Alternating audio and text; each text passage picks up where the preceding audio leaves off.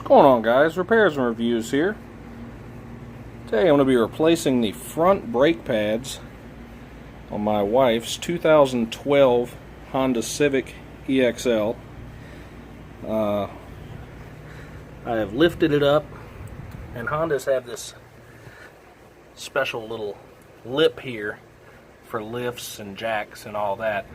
So lift it up safely and secure a jack stand. I have it on the subframe bolt right there. It's not going anywhere, so lift it up safely, support everything, and we'll get started. If you don't have an impact to take the wheel off, you want to break these bolts loose with a ratchet, a breaker bar, or something before you lift it off the ground. Don't remove them, just break them loose. That way the wheel doesn't spin. This is front wheel drive, so I mean it will turn slightly, but you don't want to be cranking on it with it in park like this. So secure it on some jack stands safely, and let's get started. Alright, after you have it secured, the lug nuts are a 19 millimeter. Let's go ahead and knock those off.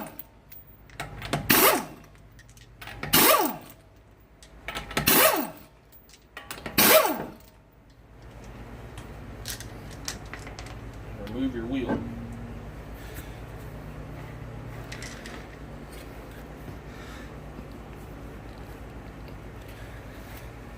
Next thing you're going to want to do, show you here, before you really get started and want to push the caliper piston back in, a lot of people overlook this. Just loosen your brake fluid reservoir cap, because as you push it, it's going to push fluid back up into the reservoir. Where the pads have wore out, it has pushed fluid out of the reservoir into the caliper, so you're going to be pushing that back up to here. So just remove the cap, leave it loose so that it can breathe and do that. Alright, after everything is secured, safe, the wheel is off, and you have loosened the brake reservoir cap, there's a bolt right here. It is a 12 millimeter bolt, and there's one identical to it at the bottom. Just go ahead and remove those. And I'm just going to use this because I have it, and it's become one of my go-to favorite tools at work, so I brought it home to test it out over here. It's a miniature 3/8 impact. I also have the miniature 1/2 inch impact, and both of these are a monster, so you can squeeze right up in here.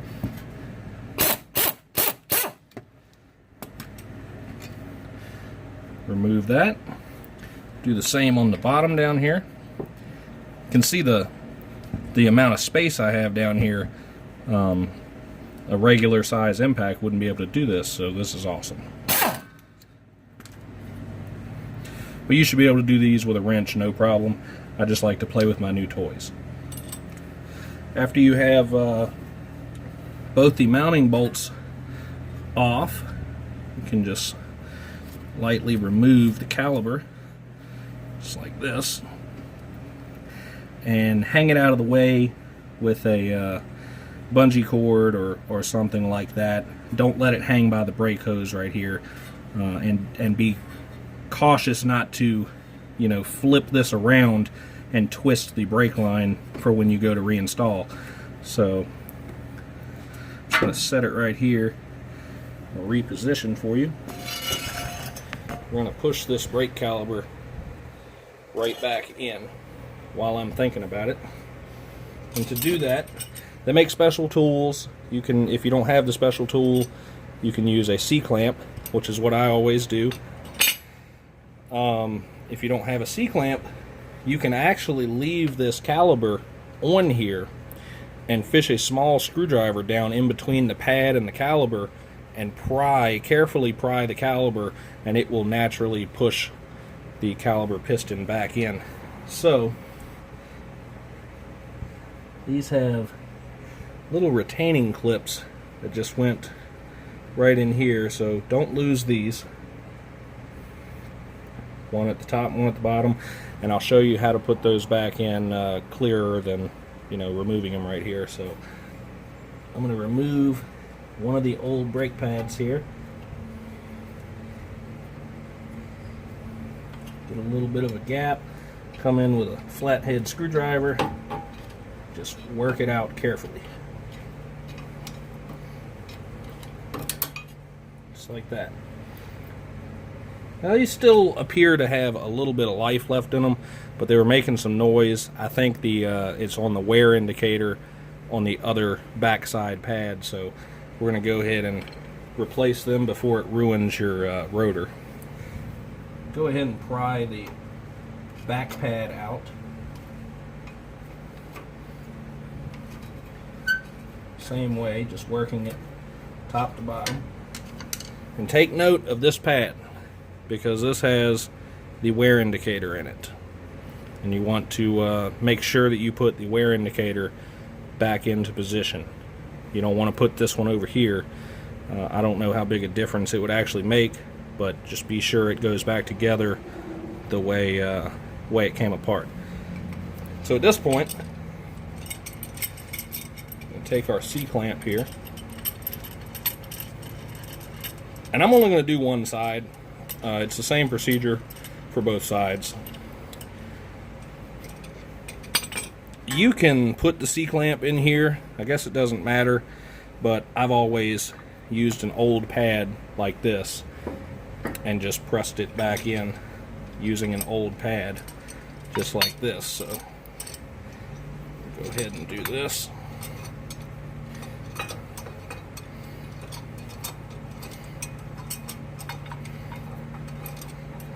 Now on the rear of this car, you can't press it in like this. It takes a tool that that actually turns the piston caliber back in. So that'll be on another day. But just carefully and make sure it's even. And that's why I have the old brake pad there. Carefully and evenly push the piston back in.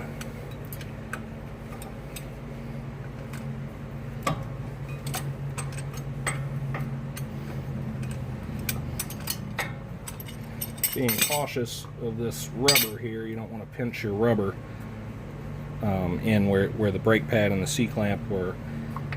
So I'll just confirm that actually wasn't pinched in there.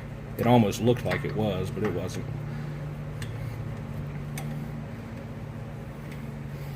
Just put it back in there, just like that.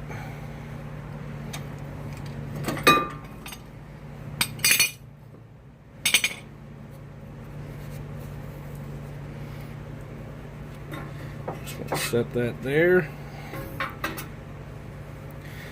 Now,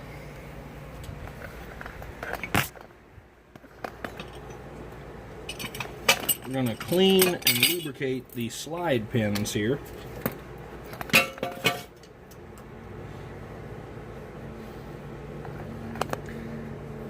Of course, my camera stand isn't cooperating.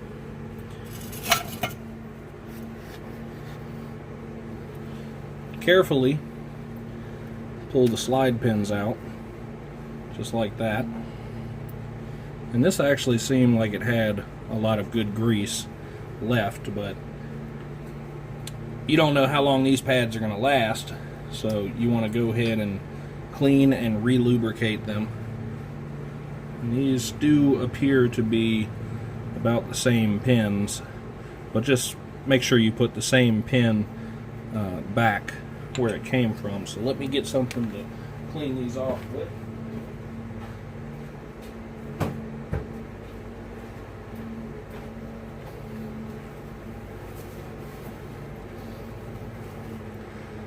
Just going to wipe the old grease off the pin.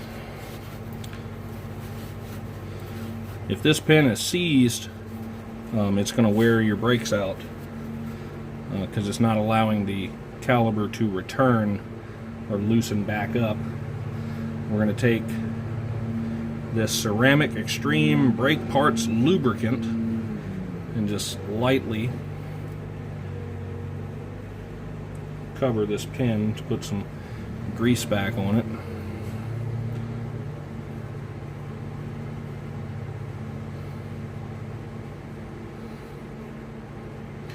Don't want to glob it up in there, but that should be more than enough.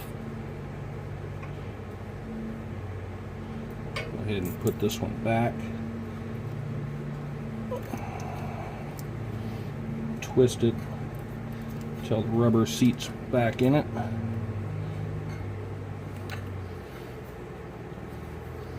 Just like that. Well, it wants to keep popping back out. I might have put too much grease on it.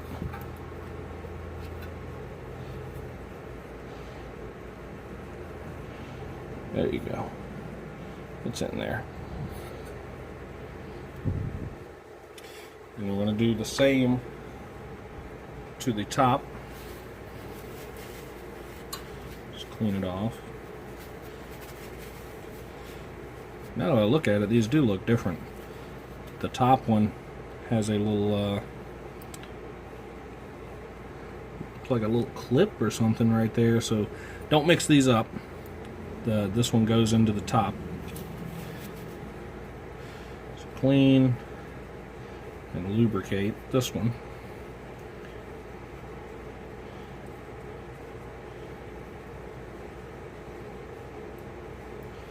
Just like this.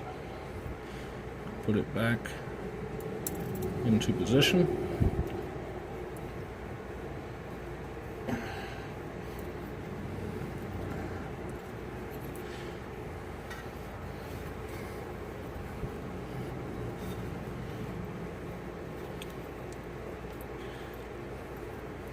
Just like that. Making sure that it's moving like it's supposed to.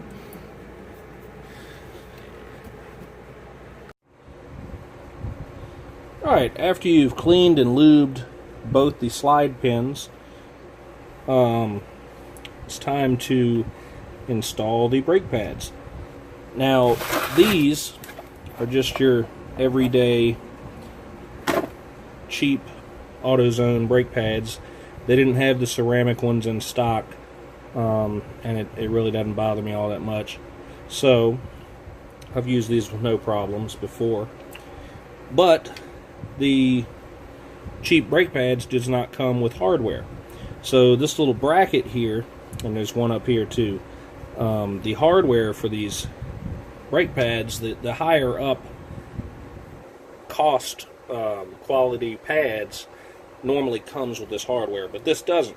So take you a wire brush and get in here and clean this up as best you can. This is Honda factory stuff. This is the first time I've ever put brakes on this car, and these pads went 60,000 miles, which is pretty impressive if you knew how my wife drove. So,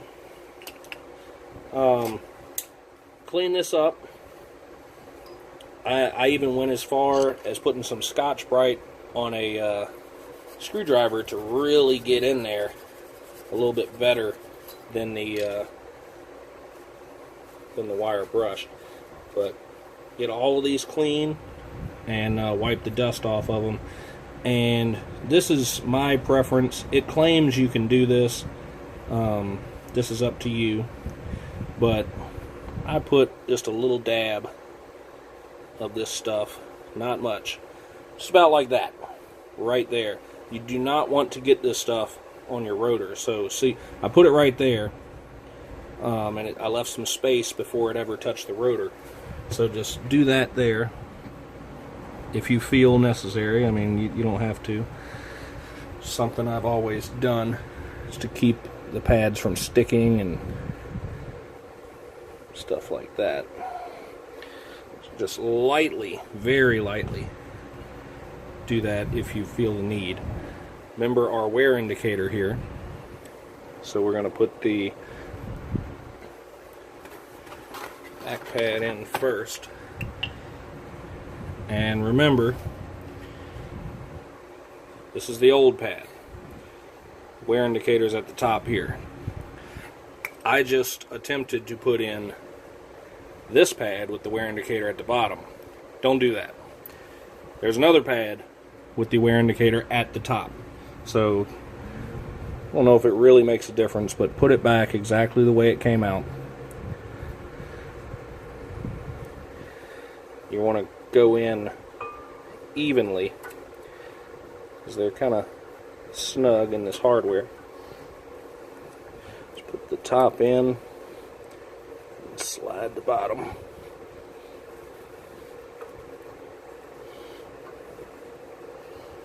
Of course, it wants to be a pain in my ass. There we go. Alright, we do the same for this side.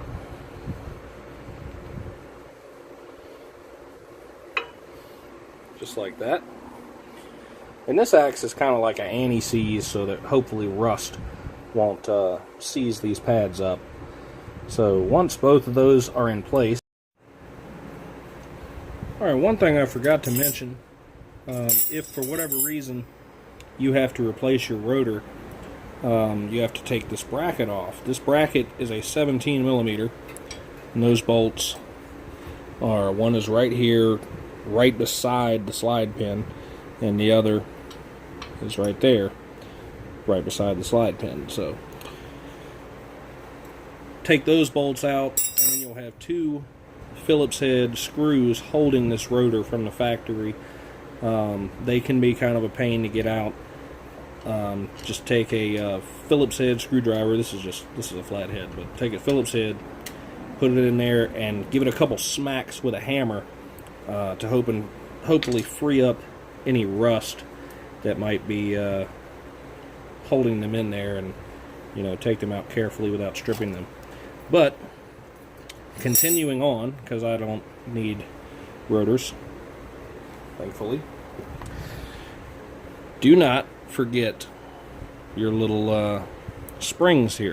And what these do, and they go right in these little holes. There's a hole right there, and there's a hole right there. What these do is they kind of return your pad back away from the rotor. Let's see if I can get this in here. Just like that. Now this is kind of going to make it difficult putting your caliber back on, so just be patient. You're going to want to hold the pads, just drop the caliber down, just going to hug it just like that, and you can let go of that. Then you'll have to push your slide pins in to clear the caliber.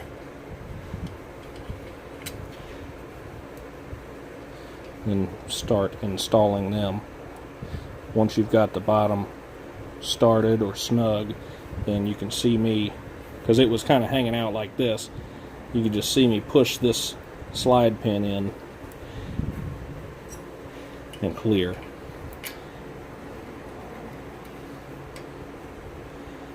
Again,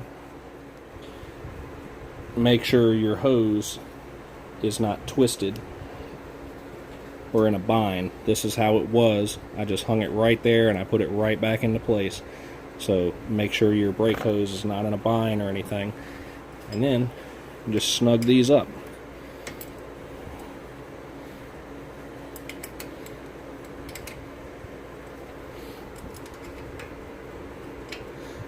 I used the impact to remove them, but I'm obviously not going to use the impact to install them. Just make sure they're pretty tight. You don't have to overdo it.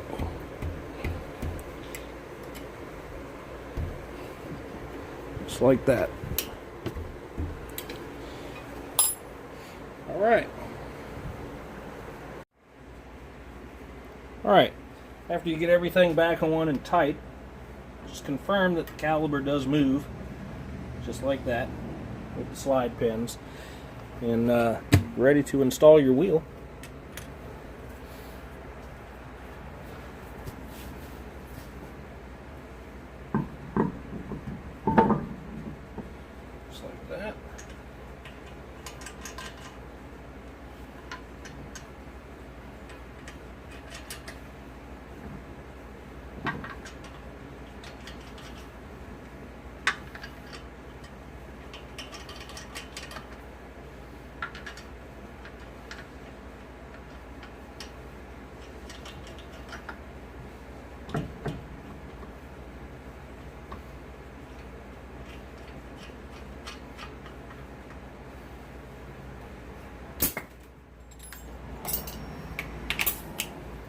pay attention. If you're using an impact, pay attention.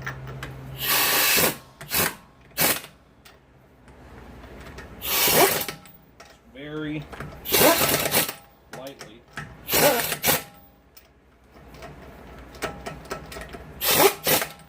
Tighten these down. This is what's called a torque wrench. I know a lot of people don't use them, but I personally do on all my wheels.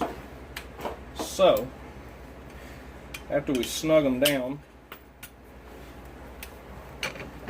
raise it back up off the jack stand here.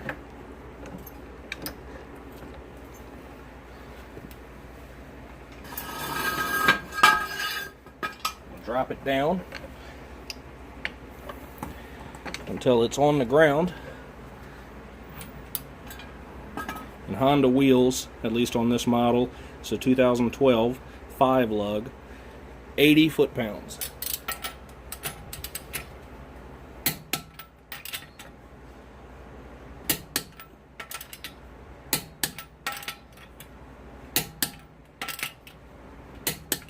In a star pattern, just like that.